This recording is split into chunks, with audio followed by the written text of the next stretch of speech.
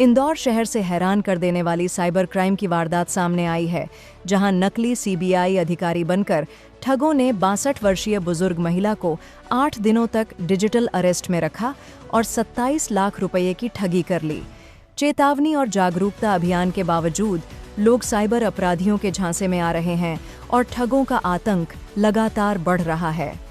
इंदौर के बाणगंगा थाना क्षेत्र में रहने वाली एक 62 वर्षीय बुजुर्ग महिला क्लर्क के साथ साइबर ठगों ने हाई प्रोफाइल क्रिमिनल ड्रामा की तरह पूरी योजना बनाकर 27 लाख रुपए की ठगी की है।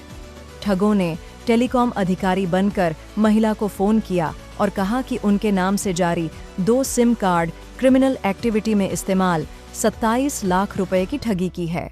ठगों ने टेलीकॉम अधिकारी बनकर महिला को फोन किया और कहा कि उनके नाम से जारी 2 सिम कार्ड क्रिमिनल एक्टिविटी में इस्तेमाल हो रहे हैं और उनके आधार से मनी लॉन्ड्रिंग की जा रही है। ठगों ने महिला को यह कहकर डरा दिया कि यदि उन्होंने सहयोग नहीं किया तो उनके खिलाफ मुंबई के कोलाबा पुलिस स्टेशन में FIR दर्ज कराई जाएगी। इसके बाद 7 से 8 दिनों तक ठग लगातार सीबीआई और पुलिस ऑफिसर बनकर कॉल करते रहे और महिला को डिजिटल अरेस्ट में रखा गया। डिजिटल अरेस्ट का मतलब पीड़ित को घर में बंद रखना, फोन लगातार लाइन पर रखना और किसी से बातचीत करने या बाहर जाने की इजाजत न देना। ठगों ने महिला को डराकर 27,60,000 रुपये ट्रांसफर करवाए। इसके लिए महिला ने अपने पुश्तैनी गहने गिरवी रखे, बैंक की FD तुड़वाई और जमा की हुई जीवन भर की पूंजी निकालकर साइबर अपराधियों को दे दी। इंदौर क्राइम ब्रांच और साइबर सेल लगातार जागरूकता अभियान चला रही है, लेकिन इसके बावजूद शहर में साइबर ठगों का खौफ कम नहीं हो रहा है। पुलिस अब ठगों के कॉल और बैंकिंग ट्रेल को ट्रैक कर रही है और इस अंतर्राज्यीय गैंग की तलाश में लगी है। किसी भी सरकारी agency, CBI, police, RBI, bank या कोर्ट का कोई अधिकारी फ़ोन पर पैसा मांगता नहीं है। किसी भी कॉल या संदेश पर भरोसा न करें। तुरंत 1930 हेल्पलाइन या नज़दीकी थाने पर रिपोर्ट दर्ज करवाएं। इंदौर में हुई इस 27 लाख की साइबर ठगी ने फिर साबित किया कि जागरूकता ही सबसे बड़ा हथियार है। आप इस मामले पर क्या सोचते हैं?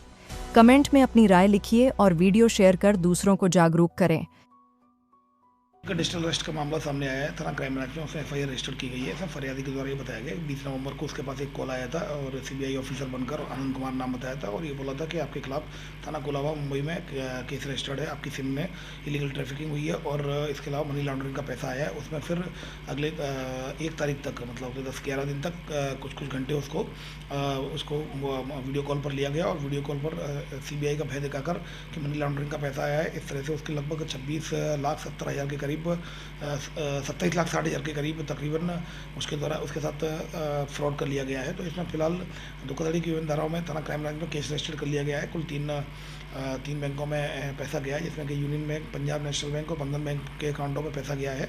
फिलहाल इसमें FIR रजिस्टर कर ली है। टेक्निकल एविडेंसेस के आधार पर लगातार इसमें कार्रवाई की जा रही है। मैं सभी आमजन से अनुरोध करता हूँ इलेक्ट्रॉनिक चैनल के माध्यम से कि कृपया करके डिजिटल अरेस्ट से सावधान रहें। डिजिटल अरेस्ट ऐसा कुछ भी नहीं होता है।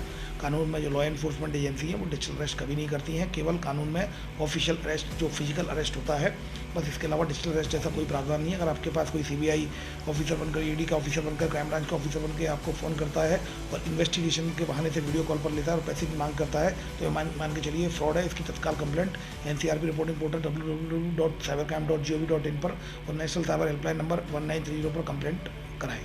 फरियादी कौन है इसके? फरियादी इसमें बुजुर्ग सीनियर सिटीजन है, इनकी उम्र लगभग 65 साल है और ये बैंक किसी प्राइवेट जो कंपनी है उसमें क्लर्क का काम करते हैं।